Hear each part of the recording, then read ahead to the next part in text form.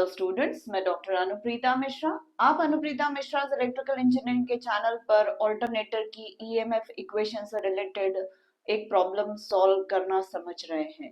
इस टाइप के problems different competitive exams में भी आते हैं और आपके रेगुलर यूनिवर्सिटी एग्जाम्स में भी ऐसे क्वेश्चंस पूछे जाते हैं। ये आरआरबी की पेपर में भी पूछा जा सकता है, जेई के पेपर में भी पूछा जा सकता है, तो उस लिहाज से ये बहुत ही इंपॉर्टेंट क्वेश्चन है। तो चलिए प्रॉब्लम स्टेटमेंट पढ़ लेते हैं। A three-phase 16-pole synchronous generator has a resultant air gap flux of 0.06 Weber's पर पोल।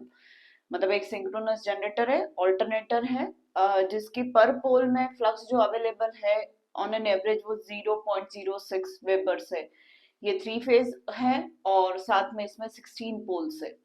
The flux is distributed sinusoidally over the pole। मतलब फ्लक्स का डिस्ट्रीब्यूशन पोल्स की वजह से साइनोसॉइडल पैटर्न में है, तो हम ये मान के चलेंगे कि इंड्यूस्ड ईएमएफ भी साइनोसॉइडल पैटर्न का होगा, तो फॉर्म फैक्टर हमको 1.11 लेकर चलना पड़ेगा।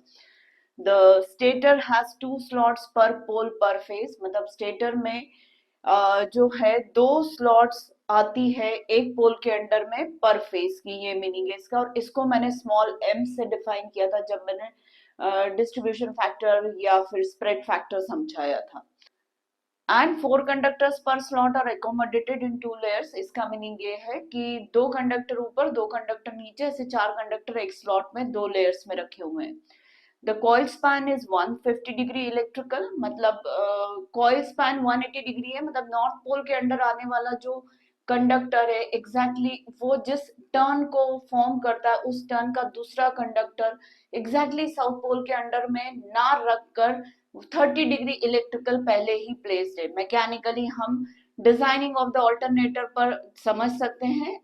इलेक्ट्रिकल डिग्रीज को हम मैकेनिकल डिग्रीज में भी कन्वर्ट कर सकते हैं, हमें फॉर्मूला पता है। तो उस हिसाब से यहाँ पर सिर्फ और सिर्फ इलेक्ट्रिकल डिग्रीज में इंफॉर्मेशन दी गई है शॉर्ट पिचिंग की, ये मैं कहना चाहूंगी। Calculate the phase and line induced voltage when the machine runs at 375 RPM. Machine जो है वो 375 आरपीएम पे घूम रही, मतलब सिंक्रोनस स्पीड जो है वो 375 आरपीएम है। हमें फाइंड आउट करना है फेज वोल्टेज मतलब आरएमएस वोल्टेज और साथ में लाइन वोल्टेज, ये दोनों चीजें फाइंड आउट करनी है।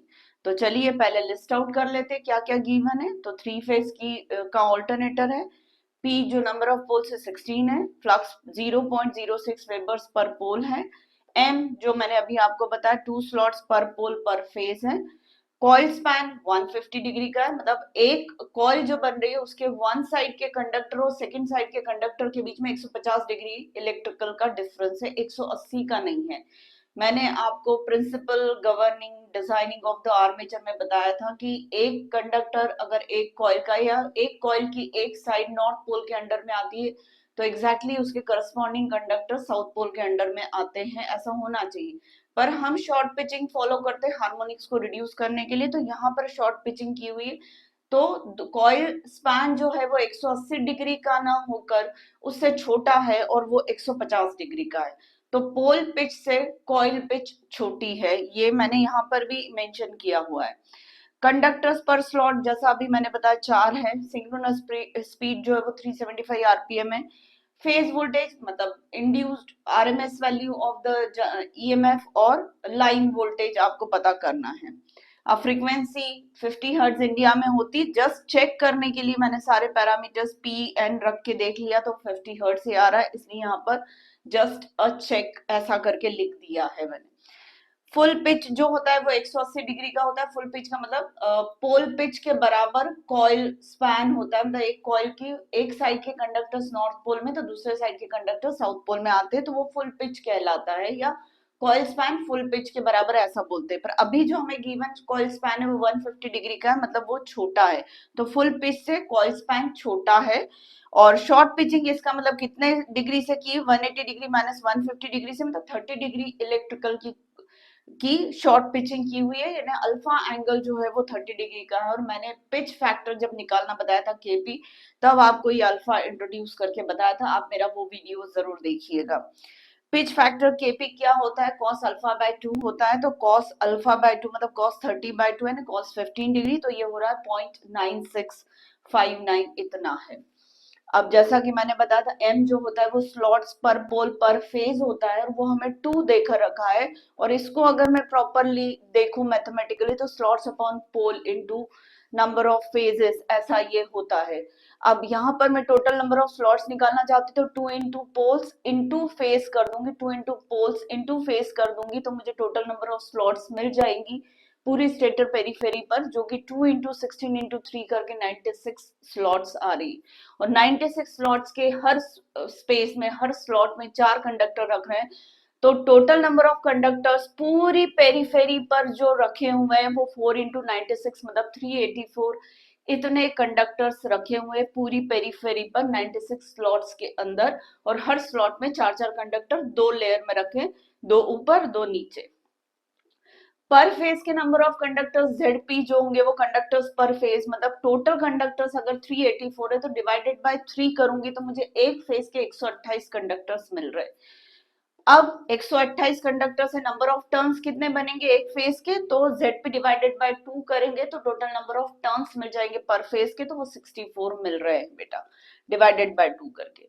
अब बीटा एक एंगल डिफाइंड होता है जो कि 2 स्लॉट्स के बीच का एंगल होता है, उस एंगल को मैं मैकेनिकली भी फाइंड कर सकती हूँ स्ट्रक्चर के हिसाब से, और मैं उसको इलेक्ट्रिकली भी निकाल सकती हूँ। तो पहले मैं स्ट्रक्चर के हिसाब से आपको निकाल के बता रही, तो मैकेनिकल एंगल है इसलिए m लिख दे रही हूँ।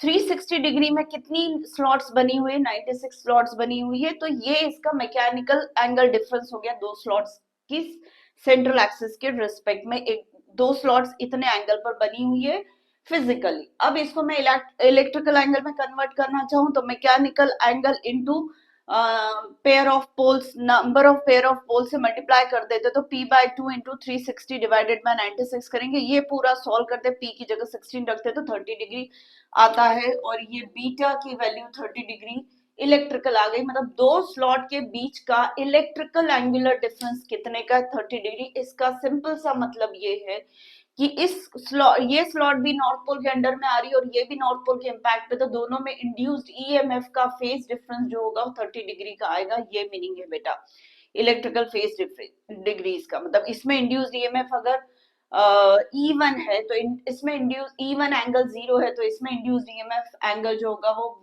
E1 एंगल 30 डिग्री प्लस या माइनस कुछ भी हो सकता है depending on position of north pole with respect to these two slots position. तो बुक्स में जो है इसको डिफाइन किया हुआ है P पोल्स 360 डिवाइडेड बाय 2 से 180 डिग्री, और ये नंबर ऑफ स्लॉट्स है, तो ये फॉर्मूला है बेटा बीटा इलेक्ट्रिकल डिग्रीज का 180 degree into poles upon slots. कैसे निकाला है वो मैंने यही बता दिया। मैकेनिकली मुझे आसानी से समझ में आता है कि टोटल नंबर ऑफ 96 स्लॉट्स जो है वो 360 डिग्री स्पैन में बनी हुई है, तो नेचुरली दो स्लॉट के बीच का एंगल डिफरेंस 360 डिवाइडेड बाय 96 आएगा। ये मैकेनिकल एंगल डिफरेंस है दो स्लॉट्स का, और इसको अगर मैं p अपॉन 2 से मल्टीप्लाई कर देती हूँ तो दोनों के बीच का मुझे इलेक्ट्रिकल एंगल डिफरेंस मिल जाएगा। और इलेक्ट्रिकल एंगल डिफरेंस का मतलब है इन दोनों स्लॉट्स में रखे हुए कंडक्टर्स के बीच में ईएमएफ का फेज डिफरेंस बीटा के बराबर आता है, ये मीनिंग है उसका। अब मैं डिस्ट्रीब्यूशन फैक्टर निकाल सकती हूँ, तो डिस्ट्रीब्यूशन फैक्टर मुझे मालूम है sine m beta by 2 divided by m sine beta by 2 ये होता है, इसका डेरिवेशन भी मैं कर चुकी हूँ, आप इस वीडियो को भी देखिएगा। इसको जब हमने सारी वैल्यूज रखी, साइन m की वैल्यू 2 है इंटू 30 डिवाइडेड बाय 2, और m की वैल्यू फिर 2 रखी साइन 30 बाय 2, ये पूरा सॉल्व किया तो इसकी भी वैल्यू 0.9659 आई है बेटा।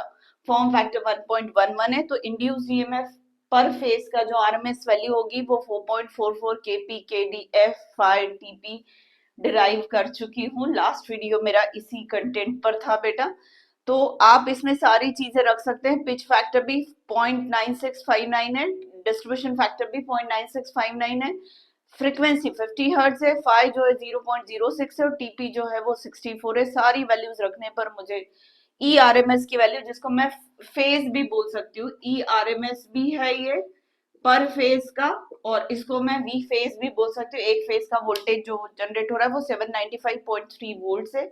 इसको अगर मुझे लाइन वोल्टेज में कन्वर्ट करना है तो फेज वोल्टेज को √3 से मल्टीप्लाई करते तो लाइन वोल्टेज फॉर्म हो जाता है, तो ये √3 इंटू 5.3 करेंगे तो 1377.59 वोल्ट इतना वोल्टेज आया। तो उम्मीद है आपको ये प्रॉब्लम सॉल्विंग समझ में आई होगी। इससे रिलेटेड आप मेरा वीडियो देखेगा, पिच पिच फैक्टर डेरिवेशन का, डिस्ट्रीब्यूशन फैक्टर डेरिवेशन का, ईएमएफ इंड्यूस जो है उसके डेरिवेशन का, तो आपको पूरा समझ में आ जाएगा। और साथ में जो इम्पोर्टेंट चीजें थी जैसे बीटा एंगल क्या होता है, ये तब भी बताया था, अभी भी बता दिया मैंने। तो उम्मीद है आपको मेरा ये एक्सप्लेनेशन समझ में आया होगा और क्लियर हो गई होंगी कुछ कॉन्सेप्चुअल चीजें इससे रिलेटेड। तो प्लीज मेरे आज के वीडियो को लाइक कर दीजिए। Thank you.